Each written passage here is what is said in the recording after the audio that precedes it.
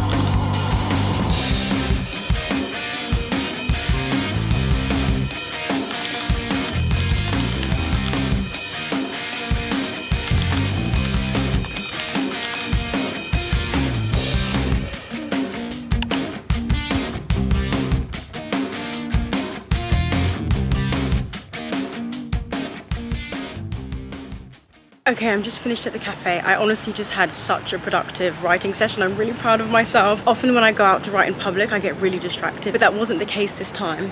I think it helped because I had a really productive finance meeting, and that's something that's been weighing on my mind a lot, especially as somebody who's self-employed. It's really stressful to figure out how to do taxes and everything, but I'm actually feeling really good about it, and like I've made some progress. So I'm heading home now. I'm gonna do a bit more writing.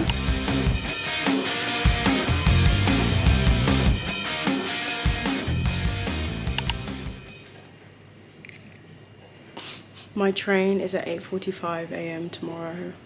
Let's go travel to do a book event.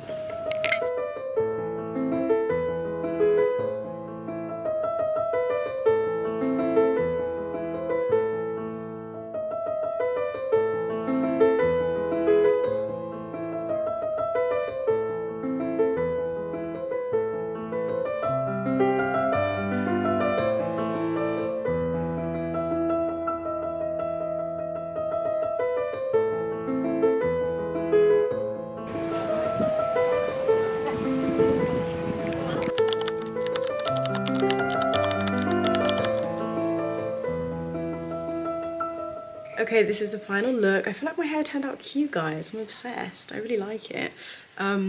Sneak peek of the hotel. Me and Jen are about to go and head off to Waterstones. We're at Waterstones in Liverpool, which is a really nice venue. I've been there before. And yeah, I've got my questions planned out. I do always get a little bit nervous before events like this, but because she's a friend and someone I know well, I'm trying not to be too nervy about it. But yeah, we're heading there now. So wish me luck.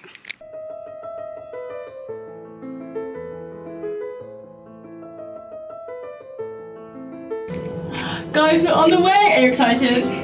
Yes!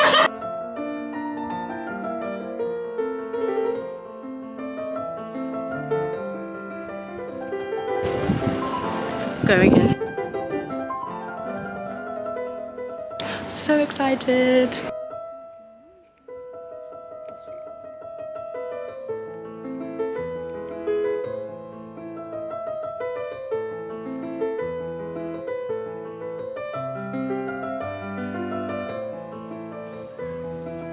Sometimes when you do events, they'll just let you in the back. So we get to see all of the like books that they've got stocked, which is quite fun. Should we have a look around? Ooh, exciting. They've literally got so many books. Oh my gosh. So if you've ever wondered what it's like backstage at a Waterstones event, we are in the storeroom with the book. Which is great because there's nowhere else that I would rather be.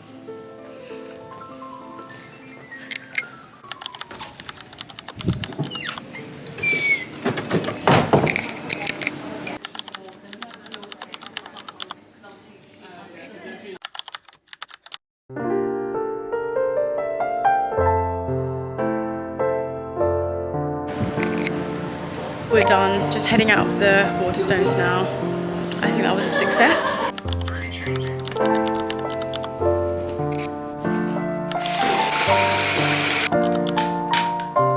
so tired. Right, time to go to sleep. Oh, goodness. Get me to my bed. That was so fun though. Let's do a debrief. Ugh. Guys, I loved that event with all my heart. What a wholesome, good vibes, warm, like cozy and positive evening that was. Like, I don't know, sometimes publishing events and like when you host and chair, which I was doing. So for that event, I was asking the questions to the author. Sometimes they can honestly be so anxiety inducing. I've had a big break from doing events because in my debut year when Principle of Moments was coming out, I was doing so many, it was unreal. I honestly estimate that I did over 50 events in a year.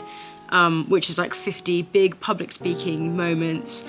I don't mind public speaking at all, I actually quite enjoy it. And consider myself like one of the lucky few because a lot of authors hate it and find it like just unbearable. I'm really glad I didn't feel that way because I think I would struggle to do this job. But no one tells you how much public speaking you have to do before you're suddenly in it and they're like, oh, just do this event in front of 50 people. And you're like, okay, I guess, and then you do it. Luckily, I've ended up really enjoying it, so I feel really lucky about that. But yeah, it can be a lot. This event, however, recharged my batteries. Like, doing an event with somebody that respects you as an equal and a peer is so nice. Like, sometimes you get asked to do events with like huge authors, and I think as much as it's like, whoa, it's so inspiring to just soak up the limelight that's radiating off them and genuinely get the opportunity to ask some questions about their career that you wouldn't have had the opportunity to do otherwise, it can feel so nerve-wracking and so much pressure because I don't want to mess this up for someone who's like basically a celebrity. That's so stressful. But yeah, this was really nice and I just had a really lovely time.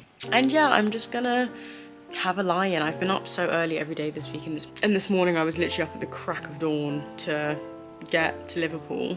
But yeah, I'm just gonna enjoy this evening. It's about midnight, so I'm gonna go to bed. I just had a bath, which was so nice. Probably gonna watch some Netflix and then... Does that mean die? I don't mean die, I mean like... sleep. Good night.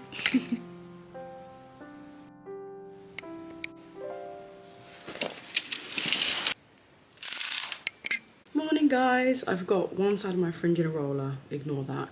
I've done my hair and makeup because I'm about to head out. It's about 9 AM and I'm gonna go out and get a coffee because I just feel like a zombie after last night. I am always a bit shocked by how much events drain me. I meant to say this.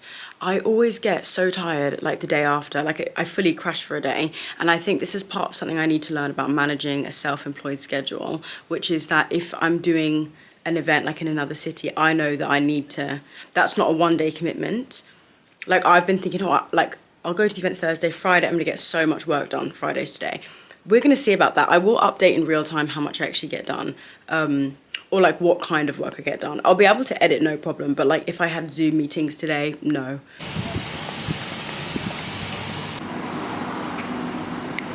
I need this so badly.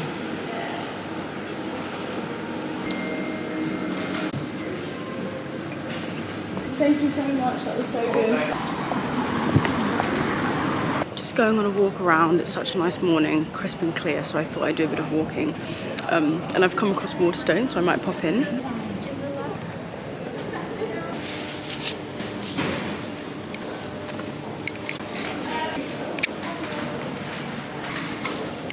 Okay, I made it back. This fringe is pissing me off more than I knew it was possible to be pissed off by some hair.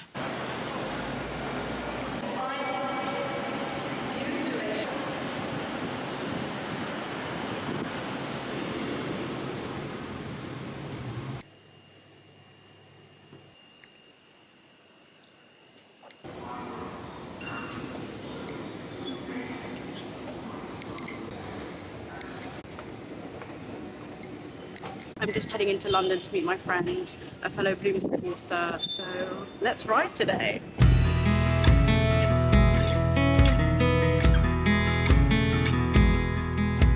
The writing update as I walk is that we're in our last week, I think I said that, last week of edits. I'm feeling a bit like stressed.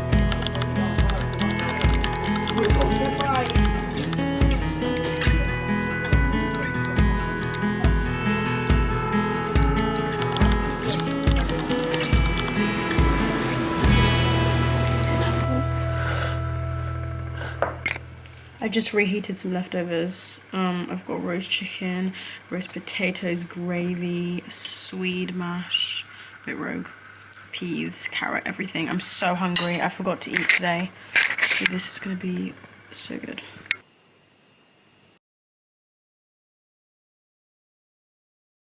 Hi guys. I am not having a good day, just want to be upfront about that. Even yesterday I felt towards the end I just kind of lost my will a little bit.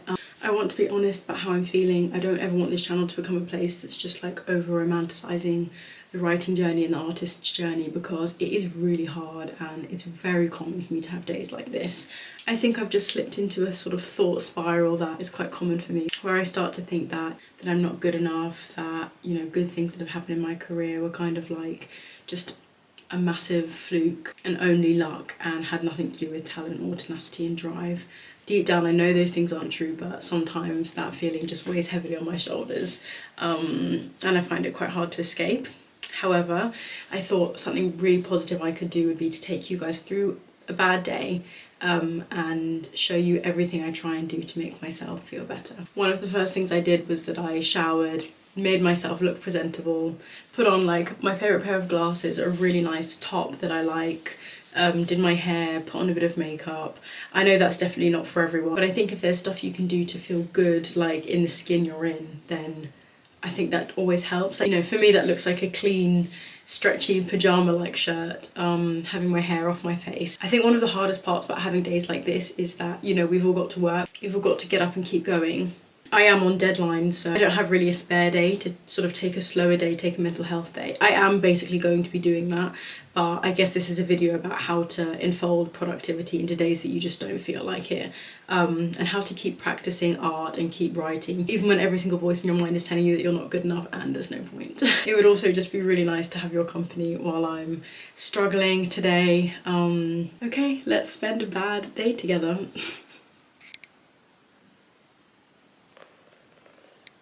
So before settling in to write for the day, I actually decided to do a bit of tidying, and I came across something so precious that has just given me a little reminder of why I do what I do, and it's actually my really old copy of The Hobbit. So this copy is absolutely precious to me for so many reasons. I think this is one of the first sort of older vintage books that I bought with my own pocket money. Like, this is like from way back. I was probably about 14 when I bought this. I was really just getting into fantasy. What does that say? Yeah, so it's like a really old book. It's got the old map. It's just so precious, and the runes and everything. I just love this. Like, owning this made me feel like, you know, I was beginning to have a book collection. I was beginning to develop my own personal library, my own personal tastes. Yeah, it's a 1975 edition. I believe that's correct. It's old, it's worn. You know, it starts in such a classic way. This is a story of long ago, and for me it contains such a childish sense of wonder, and it feels also totally disconnected from my writing career in the sense, and my own personal writing. This to me is like one of the last books that I own that's just a book. I don't know if that makes any sense, and not sort of like something that forms part of a wider industry. You know, it has these gorgeous illustrations that I'd love to have in a book of my own one day. And yeah, something about it just really reminds me of being a kid and discovering sort of fantasy worlds for the first time. So yeah, what a spot of joy in a morning that hasn't felt very joyful. Just put that back where I found it, because it's not actually in my book pile.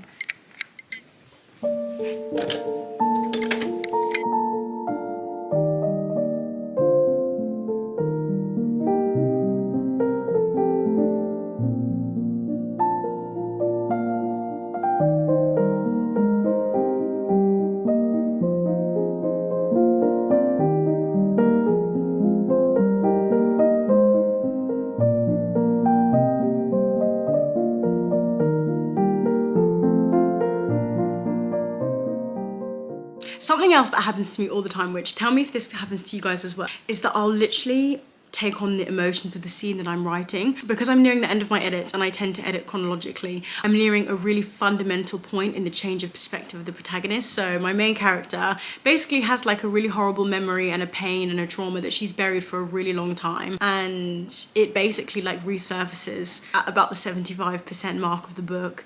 In this really awful, strange way, and I'm basically editing that at the moment, and it's making me so depressed. I feel like I'm really taking on the emotions of my characters. Is this what method acting is like for actors? Like, I've always dismissed that. I'm like, just go home and take off the mask, like go home and take off the makeup and the costume, and like just don't be horrible to everyone. But I am so deep in the protagonist's mind at this point, because it's a first-person narrative. A lot of the problems and sort of issues she's facing are issues that I've faced in my life, so it's definitely not based on me. But I think as artists, like especially in earlier works in our career, we definitely do draw on like writing what we know, and I've definitely written what I know in this case. But it's had this really odd side effect of basically just making me feel so close to the character. Because it's first person, I can't get that distance I usually get with third person. I also write really emotionally. Like, a lot of my characters feel their emotions really deeply and intensely. And I basically think I've been plunged into quite a bad mood, because for all of yesterday I was walking around thinking about this character who's like dearly beloved to me, Joan, and just thinking like, you know, what is her pain point? What is the point of pain for her that she can never heal, that never goes away? I had to get into this really deep psychic place. Basically had to do this Inception level deep dive into her psyche and her life, and it was quite like dark. She's had a really tough life, and I find myself taking on a lot of that, and yeah, I don't know, it's been affecting my mood. So that's another thing this could be. It could just be that, you know, when you're writing dark things that come from a really dark place, it can have an effect on you as the author as well. What do we do to combat that? I'm not sure. But if this happens to you, it's a real thing. It's happening to me right now. But I hope that means that I'm taking the book to honestly quite a realistic place. But yeah, it's just another one of those weird things about writing, isn't it? It can be and is so personal.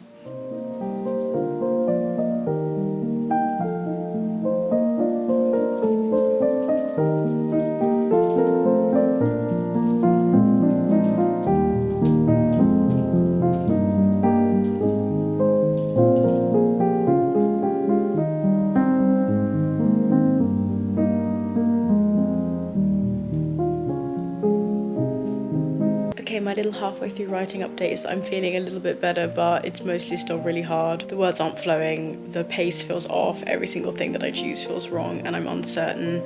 I'm feeling a lot of doubt. I'm feeling like I'm really aware for, strangely, the first time that this is a book people are going to read. I'm thinking that, you know, they're going to hate it. I'm worried that because my book did so well on submission, that any change I make after that is just making it worse and worse and less likely for people to like it, even though that's literally the opposite of what the editorial process is supposed to be. So yeah, a lot of complicated feelings. I'm trying to remind myself that I'm incredibly lucky to have these problems, very much champagne problems. It is a good book. I know it's a good book. I just have to get over myself and keep going.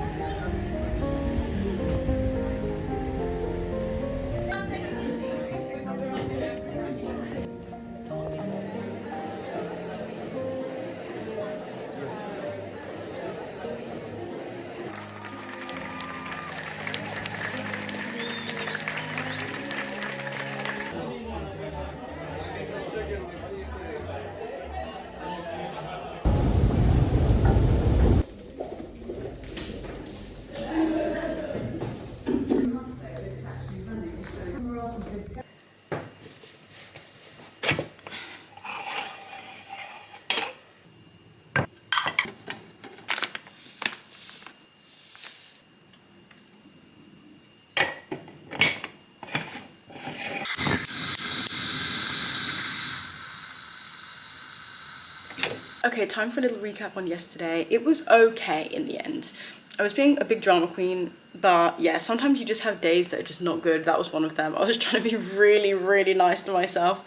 I felt like it wasn't even that accurate of a representation of a bad day is, because honestly, I'm quite proud of how I handled yesterday. I actually felt like vlogging helped me yesterday because talking to you guys about how I was feeling honestly helped me pull myself out of the mental loop. I'm honestly terrible for getting stuck in like mental loops of negative, like, it honestly goes beyond negative. I'm straight up horrible to myself in my head. I will literally just sit there on a loop that I feel like I can't control. It starts with like, oh, why can't I write today?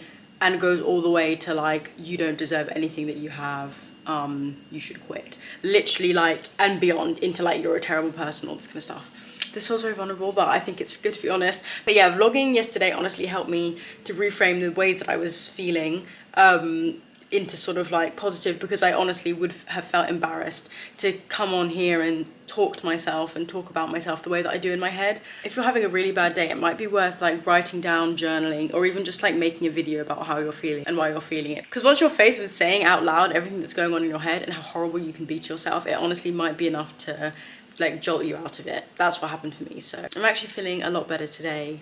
Thank you guys. That's why YouTube has honestly had such a positive impact on my life. I feel like all the comments and stuff I get saying that I'm giving people motivation. You know, it never feels like pressure. It feels like, you know, something I take really seriously and want to like embody all the time. So We've got this, we can do it. None of us are bad writers, we're just having bad days. Now I need my coffee because that was too much positivity before 8 a.m.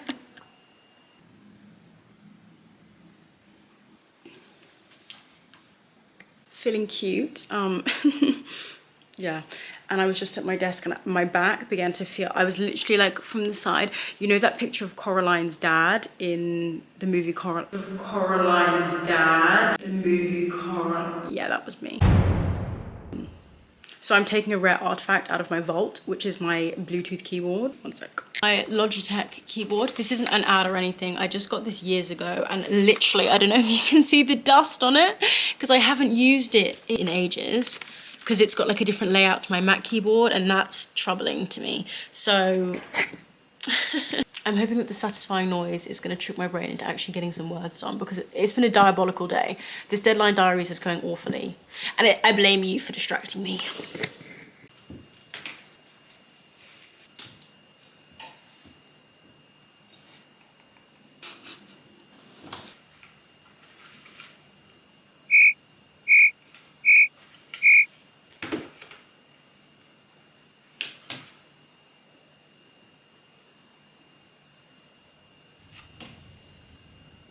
I think what's getting me quite stumped at the moment is that I've had an edit note about limits on the magic system, and because this is YA, the limits have to be really clear and defined. I'm basically trying to figure out how to show the limits instead of telling them, because I think it's really easy when you get an editorial note to just type somewhere the explanation, but I hate doing that. I try to avoid it with everything I can.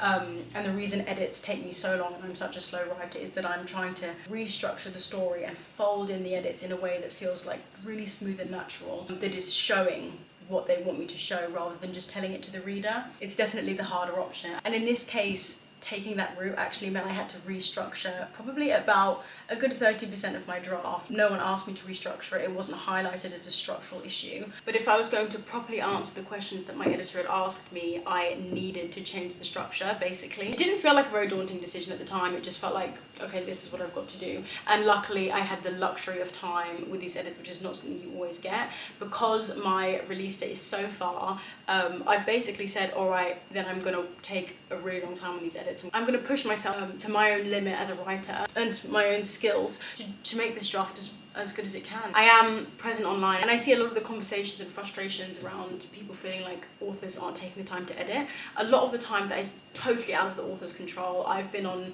sort of like an edit schedule where I had to turn around a draft in like 3 weeks or something. It's not enough time. It takes me 3 weeks to just think about the editorial letter that I've gotten and start like umming and ahhing about the ways that I might put that into the text. A lot of the time it's not author's fault. We're on these really strange timelines, but I do want Gutterwitch to feel edited. I want it to feel like structurally sound. I want it to feel considered and thoughtful, because that's what my favourite kind of fiction is like. So fear not, this is getting a thorough edit, and that is why the book is taking so long.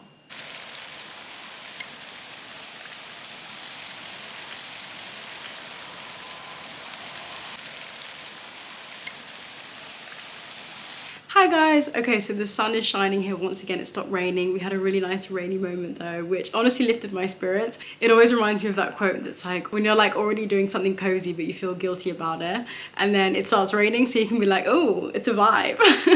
So I definitely felt like my writing session was a lot more of a vibe. I actually love the addition of the keyboard. I don't know why, it just made me feel like so productive. I feel like it's a lesson on like how you show up to working can help you work better. I also remembered a really nice TED talk that I watched a few nights ago called, I think it's called like The Art of Discomfort or Pushing Through Discomfort, and it's a talk by Leigh Bardugo, who is one of my favourite young adult fantasy writers of all time. She's obviously branched out into other work and I did enjoy The Familiar, but Six of Crows will always hold a special place in my heart just because I think it showed me what's possible in young adult fantasy, which is a genre I want to work in for now. I hugely admire her as a businesswoman and an author in charge of her own career, because I think some of the pivots and choices that she's made were just perfect. I just really admire and respect her. We were briefly at the same publisher with my previous publisher for her 9th house duology, but I don't go there anymore, so I'll just have to hope that I bump into her at another event so I can really just say to her like, oh my god, you changed the way that I think about like writing as a career.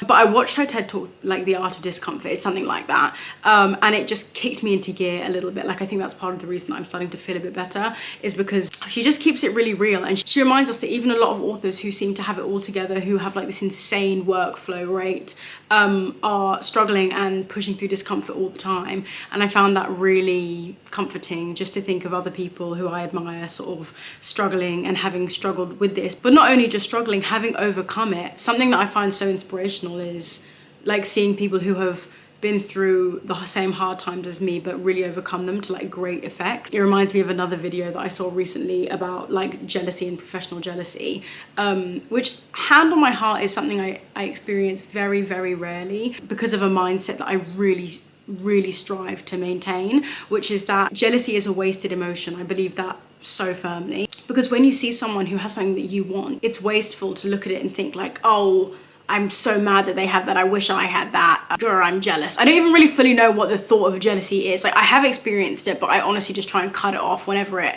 comes to me, because I just think it's purposeless. What I do instead is I think, oh my God, thank God you did it before me. Now I have a roadmap. I basically just try and let myself be inspired. Like, a lot of people are killing the game, and it just makes me think, that's what I want, that's what I want, that's how I'm gonna get there. So hearing somebody who I admire, a very successful woman in fantasy, saying that this was like how she pushed through discomfort to create one of the most iconic fantasy series of the last 10 years in sort of commercial fantasy space, gave me the kick up the bum that I needed. So if any of you are struggling this week how I've struggled on my deadline diaries, I would encourage you to make a nice cup of tea or a hot chocolate or something and watch it. It was really nice.